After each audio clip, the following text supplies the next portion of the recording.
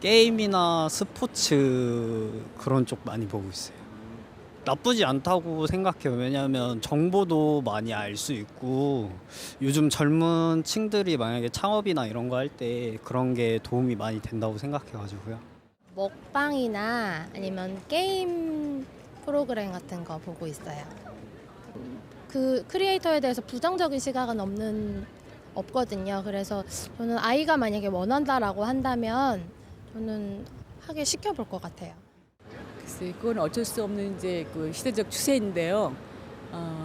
이제 여러 가지 그 파생되는 문제점이 많이 있을 수 있을 것 같아서 그 전문가의 어떤 지도라든가 그 선배들의 어떤 그 안내라든가 인도가 아주 필요하지 않을까 그런 생각을 합니다.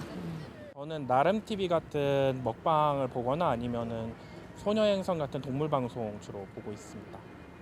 진짜 법만큼 내야 되는데 그 세금을 내는 기준이 사실 있을지는 모르겠어요. 근데 그 기준이 명확하게 있다면 기준대로 세금을 내야 되는 게 맞고, 그게 없다면은 지금이라도 유튜버 시장이 커지고 있기 때문에 마련해야 되는 것이 맞지 않나 생각하고 있습니다.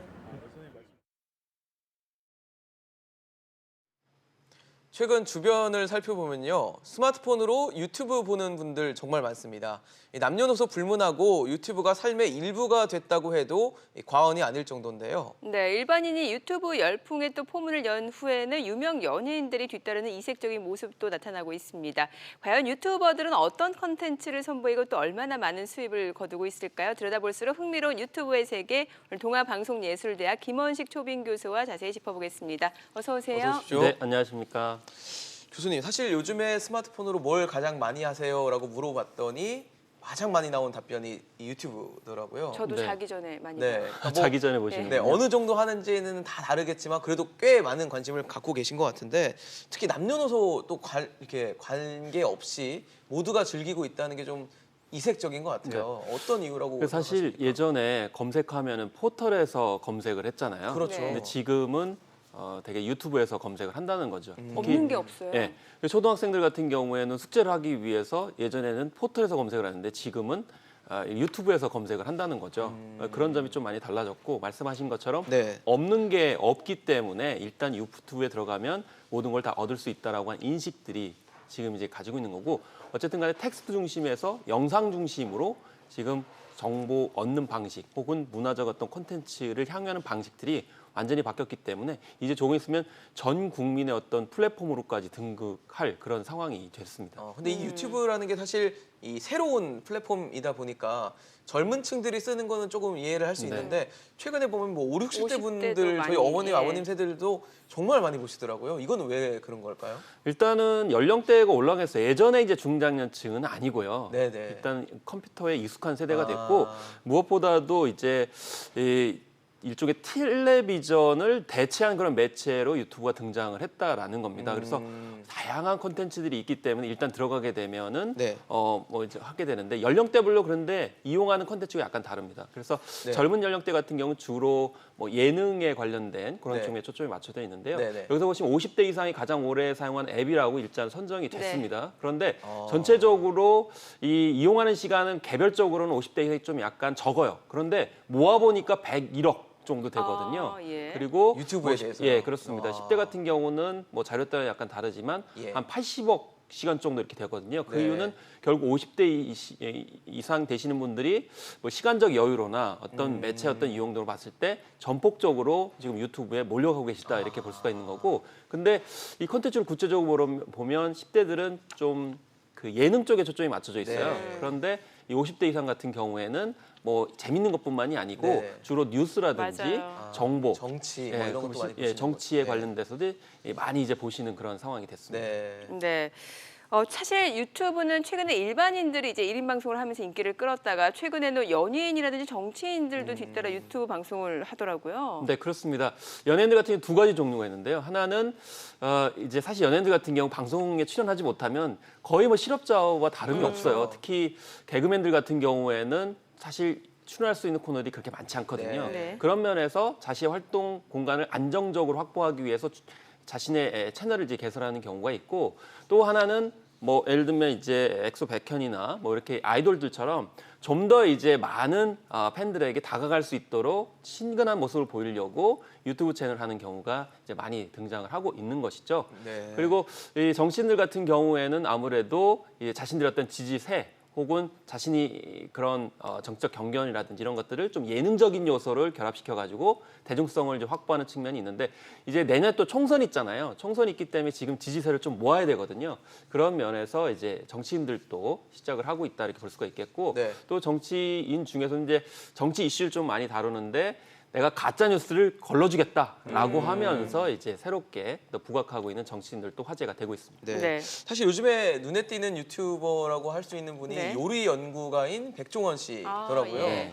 뭐 그러니까 채널 개설 하루 만에 구독자 수가 60만 명을 돌파했고 제가 이 방송 시작하기 전에 보니까 90만 명을 넘었더라고요. 와. 제가 확인한 건 94만 명이었습니다. 94만 더 늦게까지 보신 것 같은데 네. 그 정도로 지금 인기가 있다는 그러니까 이 90만 명이라는 숫자, 60만 명이라는 숫자 이런 숫자들이 얼마나 대단한 건지 사실 체감적으로는 잘 모르겠는데 대단한 거죠. 그래서 이제 통계 자료 보게 되면 지난 3월 기준이긴 합니다만은 이렇게 이 100만 명이 돌파한 100만 명 구독자를 가지고 있는 네. 유튜버는 지금 한 50개 팀 정도 돼요. 50개밖에 안 되나요? 그렇죠. 아. 50만 구독자를 가지고 있는 게 한 100팀 정도 되는데 네네. 이 정도 하려면요 거의 10년 가까이 해야 돼요.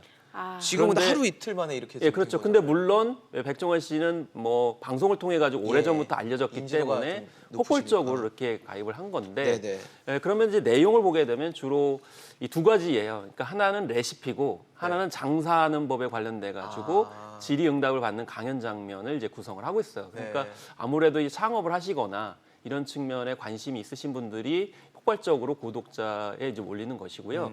한편으로는 거기에 이제 레시피가 나오긴 합니다. 그래서 네. 먹방이 사실은 유튜버 혹은 유튜브 크리에이트 콘텐츠에서 굉장히 중요한데 네.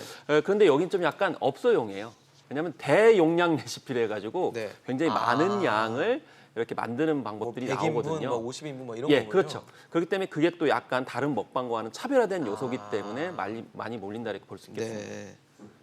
그 사실 요즘에 뭐 유튜버들 돈 많이 번다는 네. 얘기 되게 굉장히 많은데 사실 세금은 잘 내고 있나에 대해서는 좀 문제가 되고 있는 것 같아요. 네.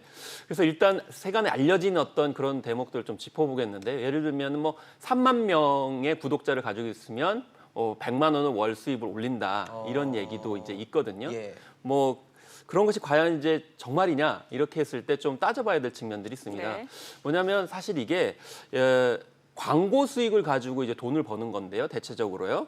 다른 어떤 뭐 협찬이라든지 뭐 이런 공동구매 같은 경우에 수익이 올려가긴 하지만 결과적으로는 이 지역에 따라서 연령대에 따라서 성별에 따라서 이 기업 광고가 혹은 이제 여러 가지 어떤 광고들이 수익 단가가 좀 달라집니다. 그렇기 네. 때문에 예를 들면 10만 명을 구독한다 그러면 한 280만 원에서 300만 원의 수익을 올린다 이렇게 얘기하지만 사실 그렇지 않을 수가 있어요. 왜냐하면 광고를 붙는다 하더라도 그 광고를 제대로 볼 경우에만 수익이 좀 더 많이 부과가 돼요. 네네. 그렇기 때문에 예를 들면 4만 명의 사례가 있었는데 한 164만 원 정도 나왔다고 그래요.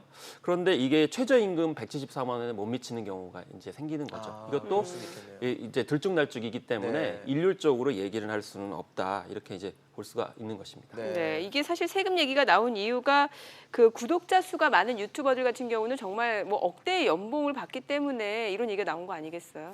그래서 대체적으로 뭐 시중에 이제 많이 회자가 되는 뭐 10억에서 한 15억 예. 정도 뭐 이렇게 받는 사례가 나오잖아요. 네. 그런데 이게 사실은 광고 수익을 통해 가지고 이제 구글에서 통장으로 이제 그 수익에 관련돼서 배분을 55대 45로 해주는데 네. 그러니까 구글이 이제 45를 가지고 이제 유튜버가 55를 갖게 되는데 네.